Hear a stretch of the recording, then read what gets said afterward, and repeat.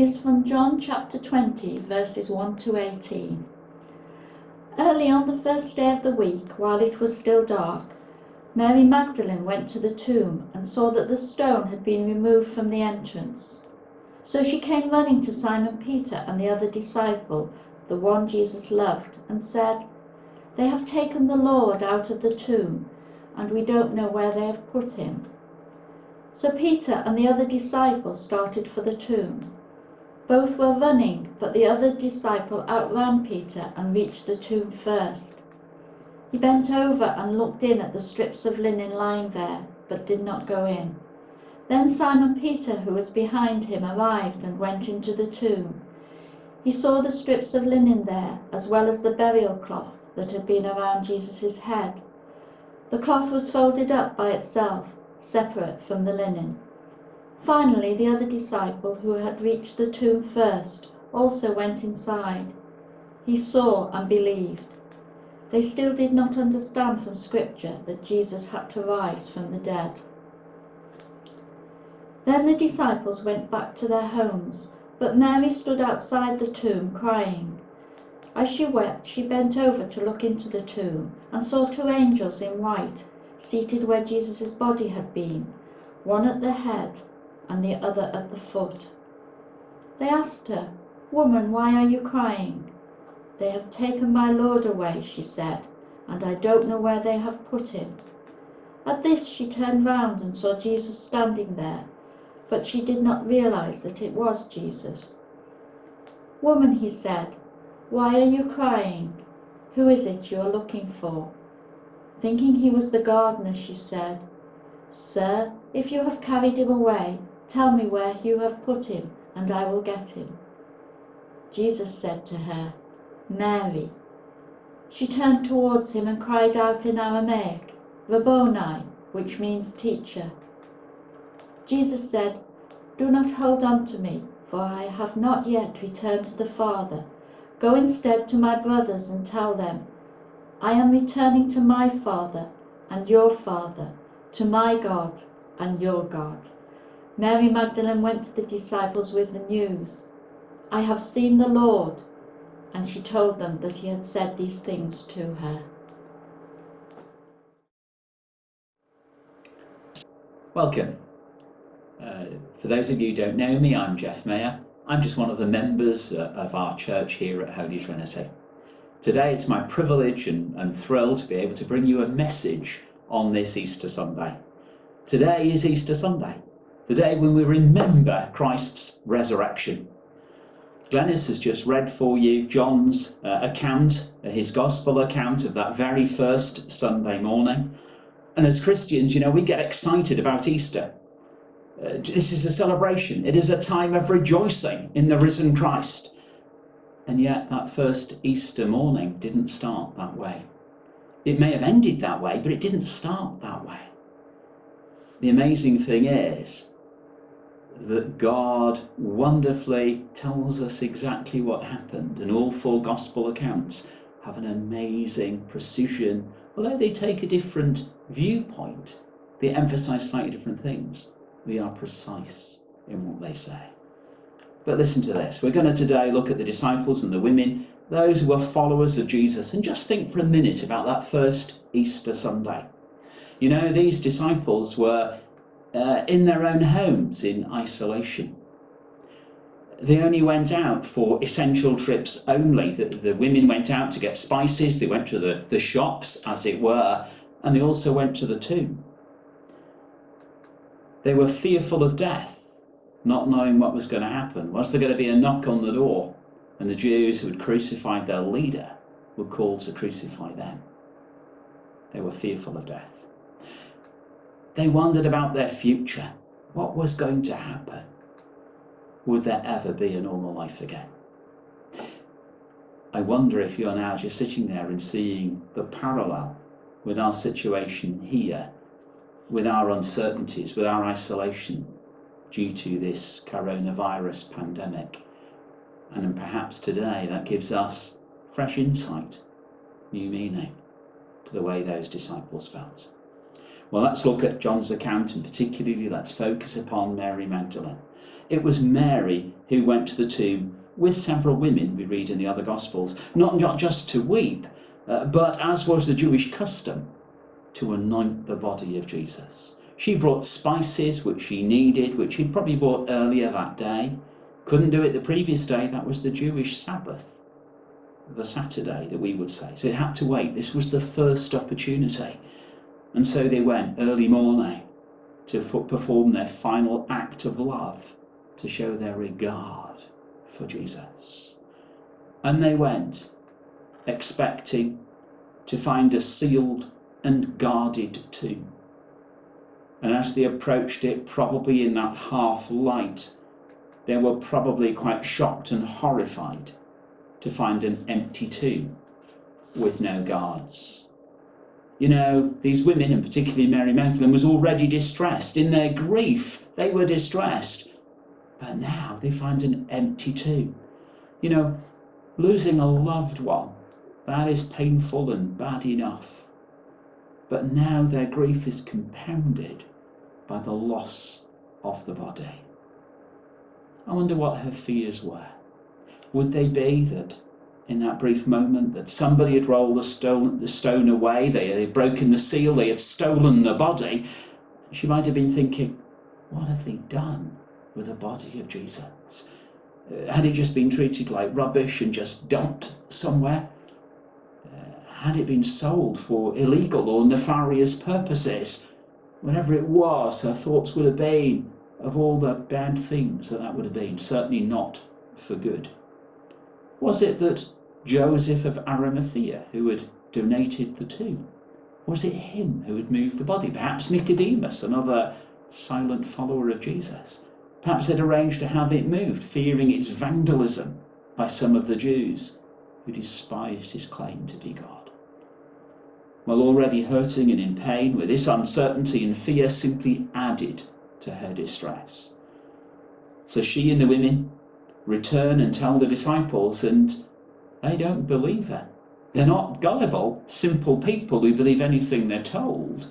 Oh, no. They want to go and investigate for themselves, and so they went to the tomb. In fact, they send two to go to the tomb, Peter and John.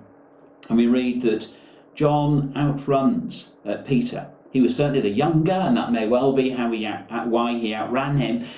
But actually, perhaps also poor Peter was held back because his memory was that at the trial he had betrayed Jesus. He had failed to stand up for him. He had disappointed Jesus. He disappointed himself from the brave statement that he would follow him anywhere.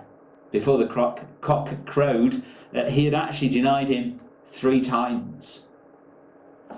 Well, whatever. They went and they looked, and then they returned to tell the other disciples, and they all dispersed and left the empty tomb.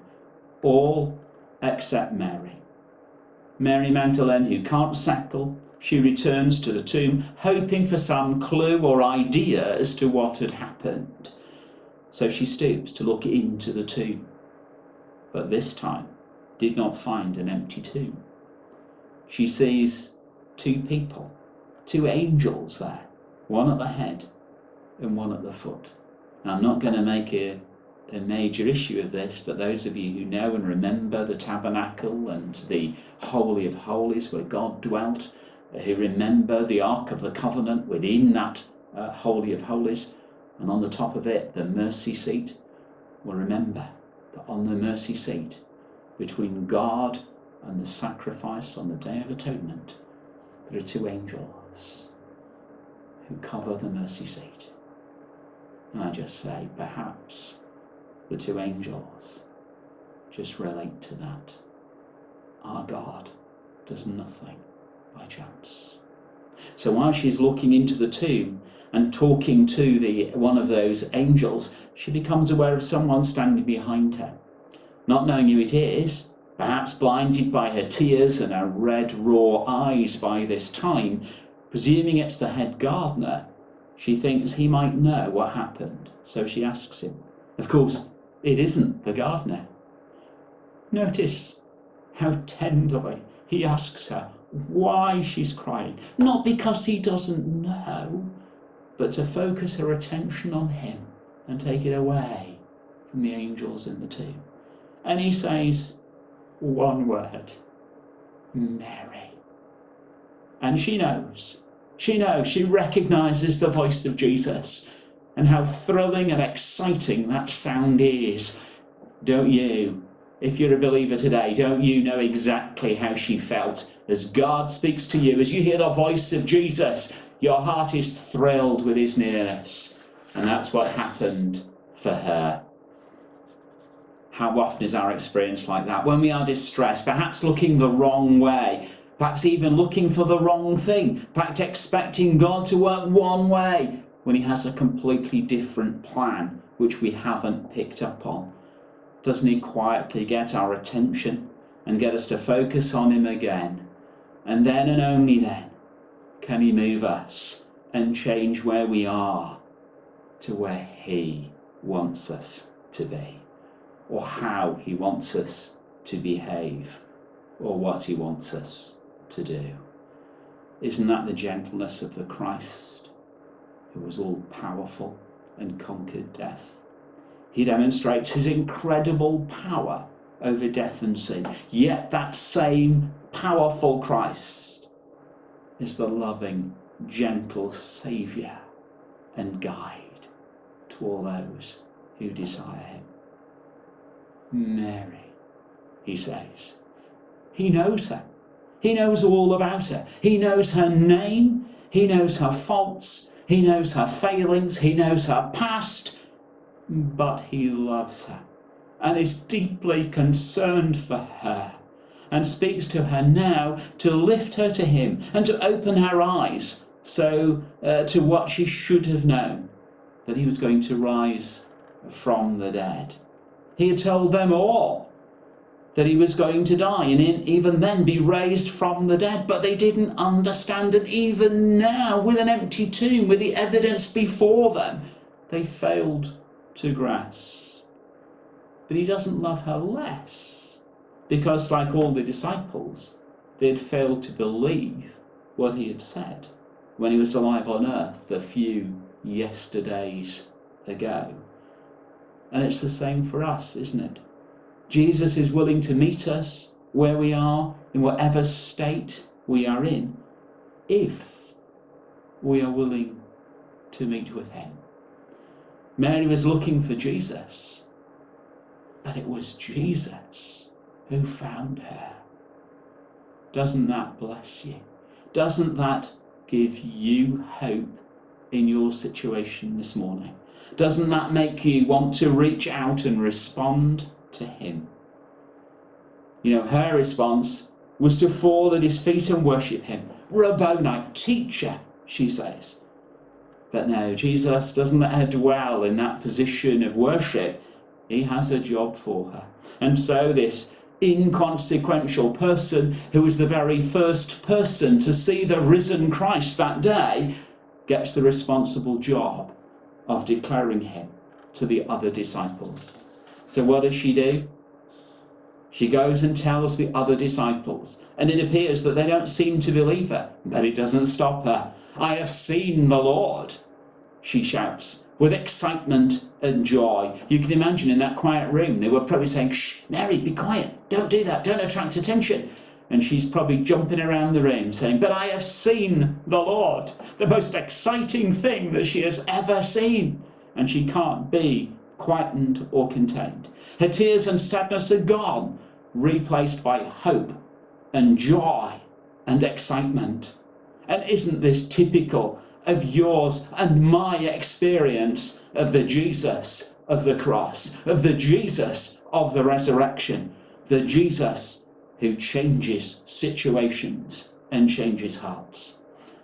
And you know, it's worth just noting that Jesus' words here, that he says to her as he speaks to her, go instead to my brothers. Those disciples who had all deserted him at his trial, not one that was prepared to be a witness in his defence, yet Jesus forgives and restores them all, referring to them as brothers. No reminder, no jibe, no criticism for their failure. but rather encouragement. Brothers, to my Father and your Father, to my God and now your God. Wow, his by right, but ours by grace and grace alone. You know, if we had been planning the Christian faith and working it out, I think, certainly if I'd been planning it, I would have made Jesus' death private and secretive. I'd have made the resurrection the biggest public spectacle ever. I'd have had millions watching on live TV. I'd have had internet streaming that went viral with so many hits on YouTube that they couldn't be counted. I'd have made sure that the whole world knew. But God doesn't do it that way. God made the mockery of a trial of Jesus public. Jesus' death on the cross, in the rubbish dump, discarded by the citizens of Jerusalem, thrown outside the city, crucified like a common wrongdoer and criminal. He made that public. But the resurrection, that is private and personal, revealed to a handful of women and a few men, and only a few days later to around 500 people. Not the millions that you and I would plan. See, there's enough proof, he provides enough proof, but not on a grand scale, not a momentous event for millions to see. See, it's only those who wanted to know and had open hearts to whom Jesus reveals himself. It is only to them. And to those God reveals unhesitatingly the truth of the resurrection. And then he gives us the power in setting us free from sin to live for him. Christ, the conqueror of death, wants to release you in a life that is filled with power and filled with him, to live for him. But the God of such amazing power wants to do it gently and compassionately in your life. And he asks you simply to come willingly with an open heart, and then you will experience the power of the resurrecting Christ as he reveals his compassion to you personally. May those thoughts just bless you this day. Amen. Thank you for listening.